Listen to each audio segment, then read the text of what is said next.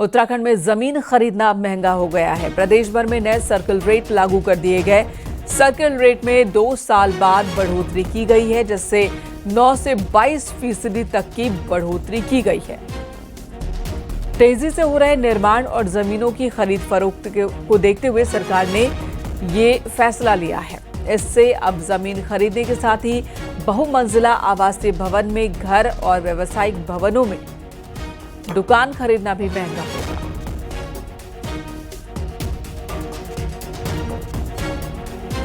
इस वक्त हमारे सहयोगी दीपांकर भट्ट फोन लाइन पर जुड़ चुके हैं। दीपांकर, जिस तरह से रेट में इजाफा हुआ है, इसके किस तरह के असर देहरादून और आसपास देखने को मिल सकता है, जहां पर आबादी बहुत तेजी से घनी हो रही थी? हाँ बिल्कुल मेनका, क्योंकि कोविड के बाद अगर बात करें 2023 में 3 साल के गैप के बाद रेट बढ़ाए गए थे और अब फिर से 2 साल के गैप के 2023 के बाद अब 2025। हालांकि मार्च के में अक्सर ये होता है कि मार्च या जनवरी की शुरुआत में सर्किल रेट बढ़ाए जाते हैं, लेकिन इस बार अब सितंबर में सरकार ने सर्किल रेट यहाँ पर बढ़ाए हैं। और देहरादून में अगर बात करें, राजधानी की स्पेशली अगर बात करें, तो यहाँ पर जमीनें अब खासी महंगी हो चुकी हैं। जिस तरह 9% से 20% तक का इजाफा यहाँ की जमीनों में हुआ है। और इसी तरीके अब जब डिटेल निकल कर आएगी तो फिर पहाड़ों में और जो दूसरे डिस्ट्रिक्ट हैं वहां पर किस तरह के सर्किल रेट बढ़े हैं खासतौर पे। तो सरकार का फोकस यही है कि कैसे, क्योंकि उत्तराखंड में रेवेन्यू जनरेशन के बहुत ज्यादा सोर्सेज नहीं है, तो इसमें चाहे एक्साइज हो, खनन हो, या फिर तीसरा ये रेवेन्यू जहां से आपको डायरेक्ट पैसा निकल के आता है, रजिस्ट्री से जो पैसा निकल कर आता है, लगभग 3000 करोड़ के आसपास अभी रजिस्ट्री से पैसा निकलकर पूरे राज्य से आता है। तो अब गवर्नमेंट का ये मानना है कि जब सर्किल रेट बढ़ेंगे, और क्योंकि जमीनों की डिमांड है, और जमीनें अगर कहेंगे कि कमर्शियल लैंड आप कह लीजिए या फिर आप कह लीजिए कि रेजिडेंशियल लैंड उतनी नहीं है, तो अब जब रेट बढ़ाए गए तो जाहिर तौर पर गवर्नमेंट को लगता है कि इससे रेवेन्यू जनरेशन गवर्नमेंट का बढ़ेगा। और इसी सोच के साथ 2 साल के बाद इस बार सर्किल रेट रिवाइज किए गए। और जाहिर तौर देहरादून की जो राजपुर रोड है, सबसे ज्यादा महंगे रेट वहां पर है। और पिछली बार की अगर बात करूं तो नैनीताल के रेट सबसे हाई गए थे, जहां पर 1 लाख वर्ग मीटर का रेट पहुंचा हुआ था। अब जो रेट पूरे अभी लिस्ट निकल कर आएगी, उसमें पता लगेगा कि राज्य में किन किन जगहों पर जमीन सबसे ज्यादा महंगी हुई है। ठीक है, धन्यवाद दीपांकर पूरी जानकारी देने के लिए। तो राज्य में अब अलग अलग जगहों पर 22% तक जमीन और महंगी हो गई है, रेट बढ़ गया है।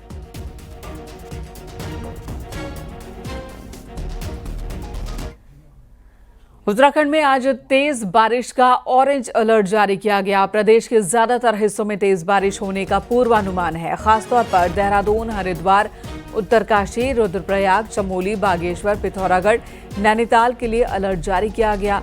कहीं तेज हवाएं भी लोगों की परेशानी बढ़ा सकती है। वहीं मौसम विभाग के अलर्ट के बाद प्रशासन ने ऊपरी इलाकों में सैलानियों के जाने पर रोक लगा दी है। मौसम विभाग ने ऊंचाई वाले इलाकों में बर्फबारी तो निचले इलाकों में बारिश का अलर्ट जारी किया गया है। कल ही 3 दिनों का अलर्ट जारी किया गया था मौसम विभाग की ओर से।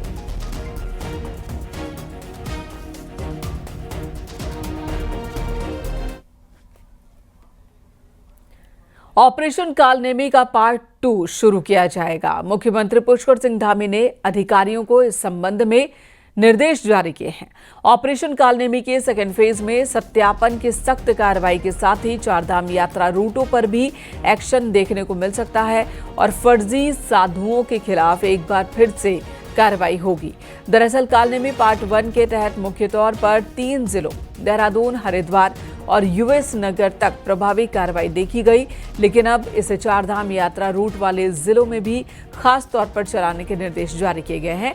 और इसके अलावा आई लव मोहम्मद के नाम पर उधम सिंह नगर और देहरादून में हुए बवाल के मद्देनजर भी सरकार सख्ती से सत्यापन अभियान को चलाने की तैयारी में है। कालनेमी की शुरुआत नहीं हो तो चल ही रहा है और 2.2 भी अब बहुत तेज़ी से चलेगा। बीच में क्योंकि आपदा के समय में चारधाम यात्रा हमारी सीमित हो गई थी।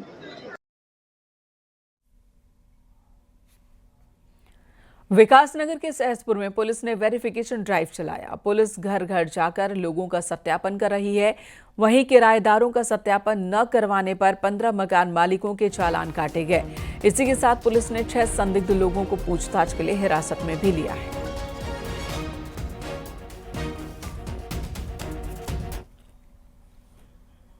विकासनगर से बड़ी खबर, जहां नाबालिग हिंदू लड़की को जबरदस्ती उठाने और उसकी मांग भरने के मामले में हंगामा हुआ है। बताया जा रहा है कि आरोपी मुस्लिम युवक ने लड़की के साथ जबरदस्ती की, उसकी मांग में सिंदूर भरा। युवक की इस हरकत पर गुस्साए परिवार और हिंदू संगठन के लोगों ने कोतवाली विकासनगर में हंगामा किया और आरोपी पर कड़ी कार्रवाई की मांग की है। पुलिस ने भी मामले में आरोपी युवक को हिरासत में लिया है और जांच शुरू कर दी गई है। वहीं हिंदू संगठनों ने कहा कि इस तरह के मामलों पर रोक लगाई जाए, सख्त एक्शन लिया जाए। एक हमारी छोटी बच्ची, नाबालिग बच्ची, 15 साल की बच्ची को घर से उठाने की कोशिश की गई एक जिहादी द्वारा। 15 साल की बच्ची को जब उसके माता पिता घर पर नहीं थे, वो पड़ोस में खेलने के लिए गई हुई थी, तो वहां से एक जिहादी ने उसको उठाया और खेतों में भागने लगा। वो तो बिटिया समय रहते चिल्ला गई, वरना स्थिति क्या होती। देखिए, इसमें जो है एक शिकायत हमारे पास आई है, जिसमें एक नाबालिग महिला के साथ में उसको जबरदस्ती घर से उठाकर ले जाकर उसकी मांग में सिंदूर भरने और उससे शादी करने की बात के लिए जबरदस्ती करने की बात आई है, जिसमें जो है मेरे द्वारा यहाँ पर मुकदमा लिखा गया है और उसमें हम विधिक कार्रवाई कर रहे हैं। चमोली के थौराली में आर्मी कैंटीन में तैनात सेना के हवलदार पर नाबालिग लड़की से छेड़खानी के आरोप लगे हैं।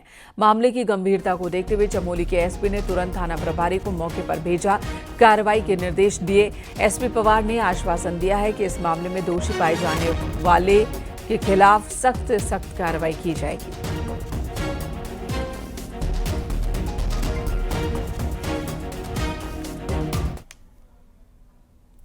राजस्थान और मध्य प्रदेश में कफ सिरप से हुई बच्चों की मौतों के बाद उत्तराखंड सरकार पूरी तरह से सतर्क है। सीएम पुष्कर सिंह धामी के आदेश पर चमोली जिले के गोपेश्वर में खाद्य सुरक्षा एवं औषधि प्रशासन ने रविवार को मेडिकल स्टोर्स पर छापेमारी की और इस दौरान 4 कफ सिरप के नमूने जब्त किए गए हैं।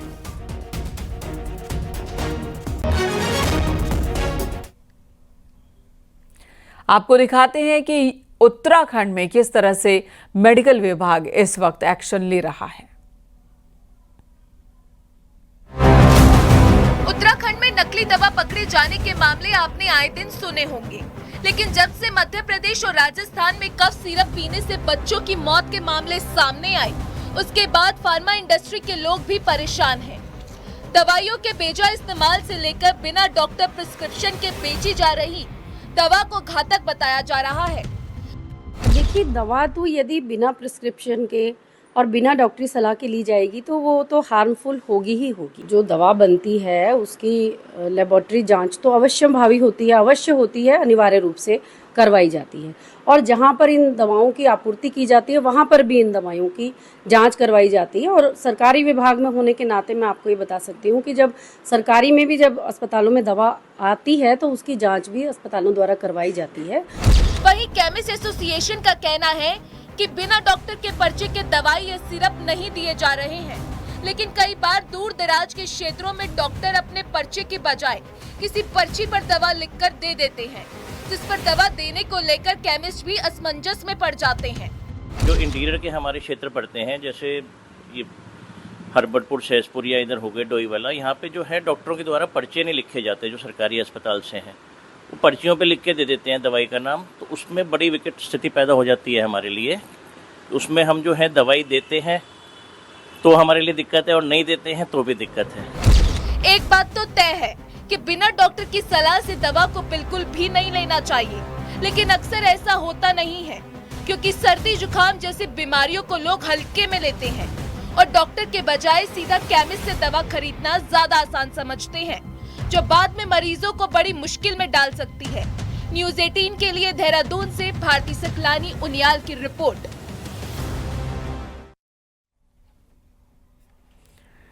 रुद्रप्रयाग से बड़ी खबर, यहाँ केदारनाथ हाईवे पर सकुंड काकड़ा गाड़ के पास एक कार के ऊपर अचानक ही बोल्डर आ गिरा। कार बेकाबू होकर मंदाकिनी नदी में गिर गई। हादसे में कार ड्राइवर की मौके पर ही मौत हो गई है। 5 लोग जख्मी हुए, जिन्हें सामुदायिक स्वास्थ्य केंद्र अगस्त्यमुनि ले जाया गया। वहीं पुलिस ने मृतक के शव को पोस्टमार्टम के लिए भेजा है।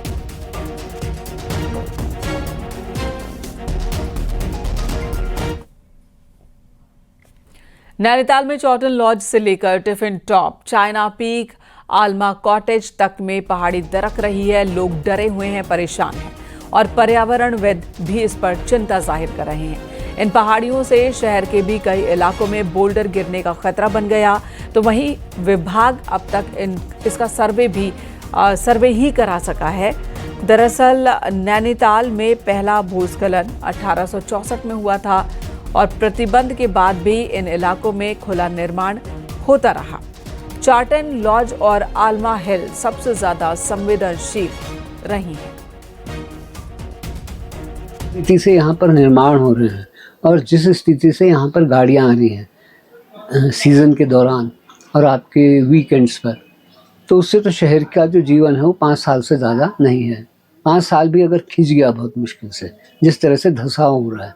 मान लीजिए लेक ही ख़त्म हो गया तो फिर आप क्या करेंगे? लेक ख़त्म तो नैनीताल ख़त्म तो आपको पूरा टूरिज़्म इंडस्ट्री जो है वो ख़त्म हो जाएगी। त्योहारी सीजन शुरू होते ही बाजारों में रौनक बढ़ गई है, लेकिन इसी के साथ बढ़ जाती हैं चोरी, छिनैती और लूट जैसी वारदात। हर साल की तरह इस बार भी पुलिस ने सुरक्षा के पुख्ता इंतजाम के दावे किए हैं। त्योहारों का मौसम आते ही बाजारों में लोगों की भीड़ उमड़ने लगी है। खरीदारी के इस दौर में दुकानदारों के साथ साथ अपराधी भी सक्रिय हो जाते हैं। इसे देखते हुए पुलिस ने सुरक्षा के लिए विशेष तैयारियां शुरू कर दी है। वहीं बाजारों में लगातार बढ़ रही घटनाओं को देखते हुए महिलाओं की मांग है कि भीड़ भाड़ वाले बाजारों में गश्त बढ़ाई जाए, जिससे महिलाएं अपने आप को सुरक्षित महसूस कर सकें। पहननी होती है त्योहार पे, यहाँ कोई पुलिस की व्यवस्था हो तो लेडीज कंफर्टेबल फील करे, पहन सके अपने त्योहारों के दिनों। और मोबाइल वगैरह सब चीज़ की फैसिलिटी हो जाती है। पेरेंट्स को भी टेंशन रहती है कि बच्चे गए हुए हैं, मोबाइल ना खींच जाए। अगर पुलिस हो, कोई भी एड मिले तो हम कंफर्टेबल हैं। वहीं मामले में पुलिस का कहना है कि सुरक्षा व्यवस्था चाक चौबंद है और किसी भी तरह की लापरवाही बर्दाश्त नहीं की जाएगी, जिसके लिए सीसीटीवी कैमरों की मदद से निगरानी रखी जा रही है और सादी वर्दी में पुलिस कर्मियों की तैनाती की जा रही है।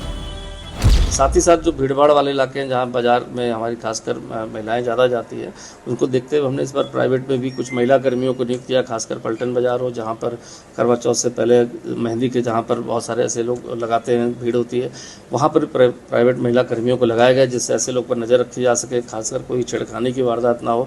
और जैसा कहा गया कि कोई पर्स चोरी और छिनैती की वारदात भी कहीं ना कहीं त्योहारी सीजन में सुनने को आ जाती है, जिसके लिए थोड़ी पिकेट हमारी जो व्यवस्था है, पेट्रोलिंग की व्यवस्था है, खासकर थाना कर्मियों को कहा गया, थाना प्रभारी को कहा गया कि वो पैदल गश्त करें ऐसे बाजारों में, जिससे कि सेंस ऑफ सिक्योरिटी भी रहे। त्योहारी भीड़ और रौनक के बीच अब सबसे बड़ी चुनौती पुलिस के सामने है कि अपराधियों की हर चाल पर लगाम लगाए, ताकि त्योहारी सीजन में लोगों की खुशियों पर किसी अपराधी की नजर न लगे। न्यूज़ 18 के लिए देहरादून से सतेंद्र बर्थवाल की रिपोर्ट। रविवार को लैंसडाउन में सैनिक शहीद सम्मान कार्यक्रम के दौरान सीएम पुष्कर सिंह धामी मौजूद थे और इस दौरान सीएम धामी ने देश के लिए बलिदान हुए वीर शहीदों को नमन किया। सीएम ने कहा कि उत्तराखंड वीर सपूतों की धरती है। मुख्यमंत्री ने यह भी कहा कि शहीदों के बलिदानों को कभी भी भुलाया नहीं जा सकता।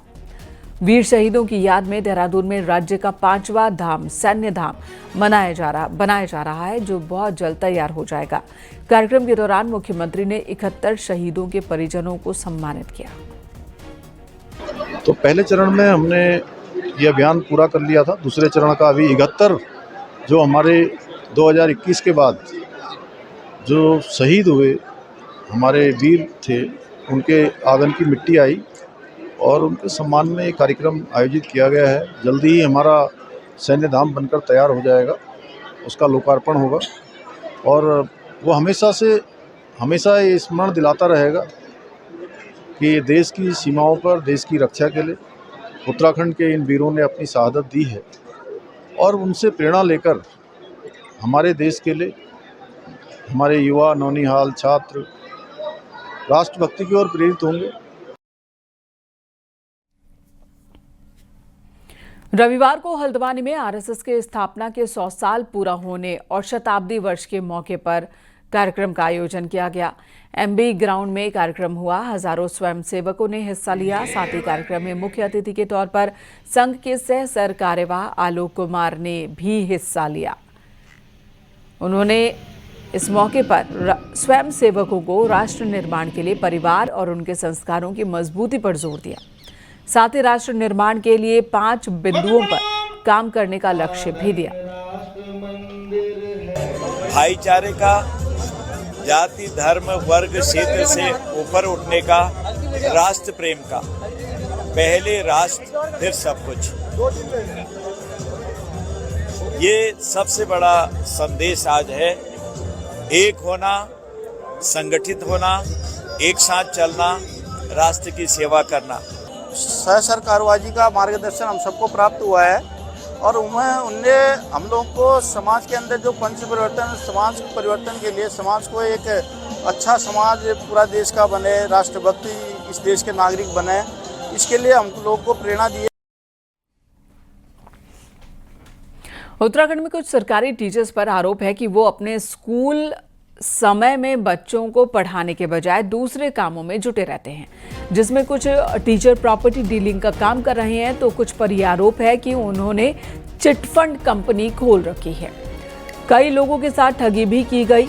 इस मामले में टीचर एसोसिएशन का कहना है कि कुछ के गलत कामों का असर दूसरों पर भी पड़ता है और साथ ही उन्होंने ऐसे टीचर्स को कहा कि उनकी वजह से दूसरे टीचर बदनाम हो रहे हैं। शिक्षा विभाग का कहना है कि उनके सामने फिलहाल ऐसा कोई मामला सामने आया ही नहीं है, ऐसी कोई शिकायत नहीं आई है। अगर कोई शिकायत आएगी तो कड़ी कार्रवाई की जाएगी। बीते दिनों चिटफंड कंपनी द्वारा लाखों की ठगी का एक मामला सामने आया था, जिसमें आरोपी सरकारी स्कूल का टीचर बताया जा रहा है कि हाल ही में एक किसी शिक्षक साथी ने चिटफंड कंपनी खोलकर कई लोगों को जो है ठगी का शिकार किया है। ऐसे मामले हैं जो समाज में लगातार जो है साल 6 महीने में प्रचारित होते रहते हैं और जिससे शिक्षकों के सहित पूरे शिक्षा विभाग की छवि जो है बात जहां तक अन्य गांवों में लिप्त होने की बात कही है, आप ही लोगों का संज्ञान किया है कि कोई प्रॉपर्टी डीलिंग कर रहा है, कोई चिटफंड कंपनी खोले बैठा है, तो ये बहुत बिल्कुल सही बात नहीं है, लेकिन मेरे संज्ञान में आता नहीं है। आप ही लोगों से बात समझ में आई भी है। यदि कोई भी शिक्षक या कोई भी मेरे माध्यमिक शिक्षा कोई भी कर्मी इस चीज में लिप्त पाया जाता है, यदि कहीं भी कोई ऐसी बात है, उसके खिलाफ कार्रवाई करने के लिए बाध्य होना पड़ेगा। 2000 से अधिक हाथियों की संख्या वाला उत्तराखंड क्या हाथियों की कब्रगाह बनता जा रहा है? ये सवाल इसलिए उठ रहा है क्योंकि बीते 25 सालों में यहाँ 500 से ज्यादा हाथियों की मौत हुई है। अकेले इस साल अब तक 22 हाथियों की जान जा चुकी है।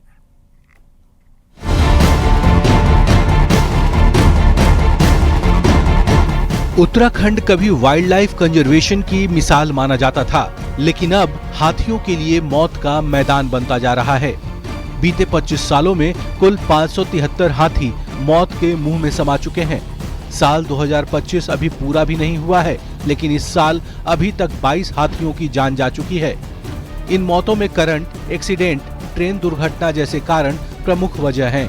सबसे चिंताजनक पहलू है करंट से हो रही मौतें। हर साल करंट से 1 से 4 हाथियों की मौत हो रही है। इस साल अब तक 3 हाथी करंट की चपेट में आकर मारे जा चुके हैं। किन वजहों से हाथी की मौत? करंट लगने से 25 साल में 52 की मौत, सड़क दुर्घटना में 69 हाथी की मौत, ट्रेन की चपेट में आने से 29 हाथी की मौत। सबसे बड़ा आंकड़ा हाथियों की अज्ञात मौतों का है, जिनकी मौत का कारण विभाग पता नहीं लगा पाया। अब तक ऐसे 80 हाथियों की मौत हो चुकी है। इस साल अब तक 9 हाथी अज्ञात कारणों से मृत पाए गए हैं। ये बहुत दुखद है कि हमारा एक हाथी पिछले 29 तारीख को बिजली का करंट से उसका दुखदायी मृत्यु हुआ और वो एक मेल भी था। दुख की कारण यह है कि इतने समझाने के बावजूद भी और पर्टिकुलरली नवरात्र का समय में जो कि हमारा ये एक धार्मिक प्रदेश है, देवभूमि के नाम पे पूरी विख्यात है विश्व में, उसमें इस प्रकार का कर्तव्य का कोई क्षमा नहीं होना चाहिए।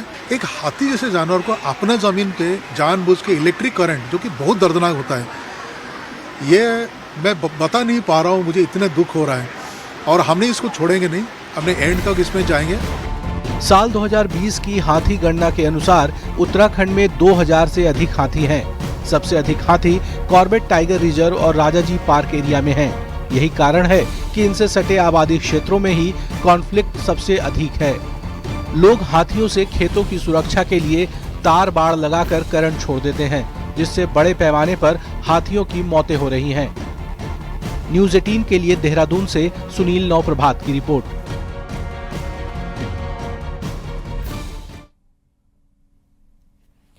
और अब पहाड़ की 10 बड़ी खबरों पर नजर डालते हैं पहाड़ टॉप 10 में।